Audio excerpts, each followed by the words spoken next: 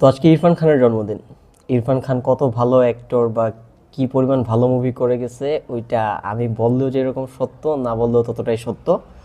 ফাহাদ ফাসিলের মতন অভিনেতা যখন বলে যে ইরফান খান আমার আইডল, আমার ইন্সপিরেশন অ্যাক্টিংয়ের জন্য, এই ক্ষেত্রে আসলে আর আমি যাই বলি না কেন ওইটা কম হয়ে যাবে।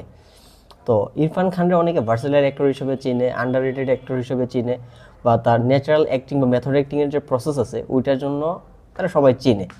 এটা আলাদা করে বলার কিছু নাই যে Irfan Khan was a great actor. But আমি এখন আজকে একটু শেয়ার করবো পার্সোনালি ইরফান খান আমার কতটুকু আসলে ইন্সপায়ার করছে বা ইনফ্লুয়েন্স করছে।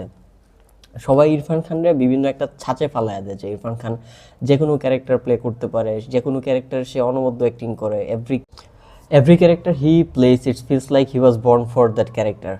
বাট আমার কাছে মনে হয় ইরফান খান যে কি পরিমাণ ভালো রোমান্টিক অ্যাক্টর ওইটা আসলে কেউ অ্যাকনলেজ করে না। আপনি কোনো ক্রিটিকরে বা কোনো মুভি রিভিউয়ার বা যারা রেগুলার মুভি দেখে তারা হয়তো এই জিনিসটা মিস আউট করে গেছে যে Irfan Khan was a brilliant actor as a romantic character.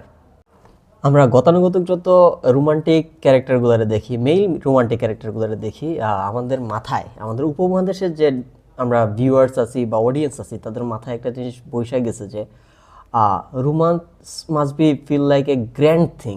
মানে হাঁটু গেরা প্রপোজ করা, বিশাল বিশাল গেস্টার দেখানো প্রেমিকার প্রতি, তার জন্য গান গাওয়া, অনেক বড় কিছু করা।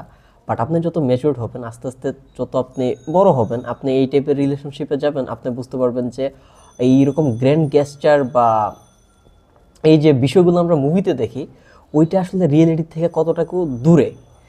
বাট রিয়েলিটির কাছাকাছি যে রোমান্টিক বিষয় আসলগুলো আছে বা পিওর লাভ বা ন্যাচারাল লাভ আসলে কেমন হয় ওইটা আমি শিখছি ইরফান খানের বিভিন্ন মুভিগুলো থেকে দেখা। আপনি রিয়েল লাইফের দিকে যখন তাকাবেন আপনি দেখবেন যে এই যে আপনার রোমান্টিক যে সম্পর্কটা বা যখন আপনি প্রেমে পড়বেন বা ভালোবাসবেন, আপনি দেখবেন যে আপনার যে পার্টনার বা এই পুরো সম্পর্কে ওই রকম মুভিতে দেখানোর মতন কোনো গ্র্যান্ড গেস্টার আসলে রিলেশনশিপ ডিমান্ড করে না। রিলেশনশিপ ডিমান্ড করে আপনি তারা কতটুকু স্পেস দিতেছেন, আপনার পার্টনার আপনারা কতটুকু হোম ফিল করাইতে পারতেছেন পার্টনারে, আপনার পার্টনার আপনার কাছে কতটুকু স্পেস পায়, আপনি আপনার পার্টনারের প্রতি কতটুকু আন্তরিক, আপনি কতটুকু মনোযোগ দিয়ে তার কথা শুনেন, না তারে সবসময় কারেক্ট করার ট্রাই করেন, তারা সবসময় কনফ্রন্ট করার ট্রাই করেন।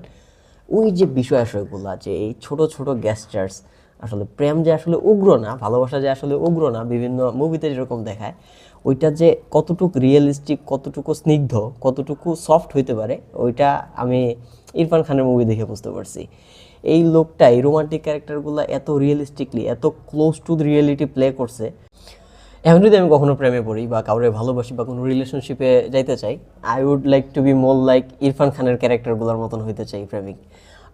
এটা পিকু মুভির রানা বলেন বা কারিব কারিব সিঙ্গেলের ইয়োগি বলেন, দ্য লাঞ্চ বক্সের সাজান ফার্নান্দেজ বলেন, কিংবা দ্য কারওয়ানের শৌকত বলেন, এই প্রত্যেকটা ক্যারেক্টার এত ম্যাজিক্যাল, এত সুন্দরভাবে এই রিলেশনশিপের অ্যাসপেক্টগুলোরে এক্সপ্লোর করছে।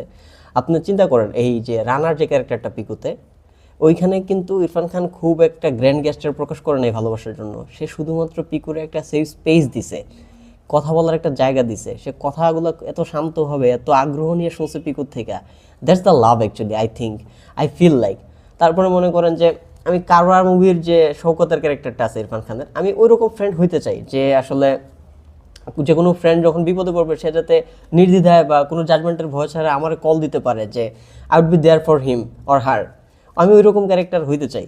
আর তারপর মনে করেন যে লাঞ্চ বক্সের সাজান ফার্নান্দেজ, আমি ওই রকম কলিগ হইতে চাই যে আসলে যখন কোনো কলিগ কোনো রকম কিছু লো ফিল করবে বা সে যখন কোনো পেরেশানিতে থাকবে বা anything, when he wants to বা she wants to open up, সেটাতে আমার একটা ওপেন স্পেস না, শুধুমাত্র একটা সেফ স্পেস মনে করতে পারে যে তার সাথে কথা বলা যায়।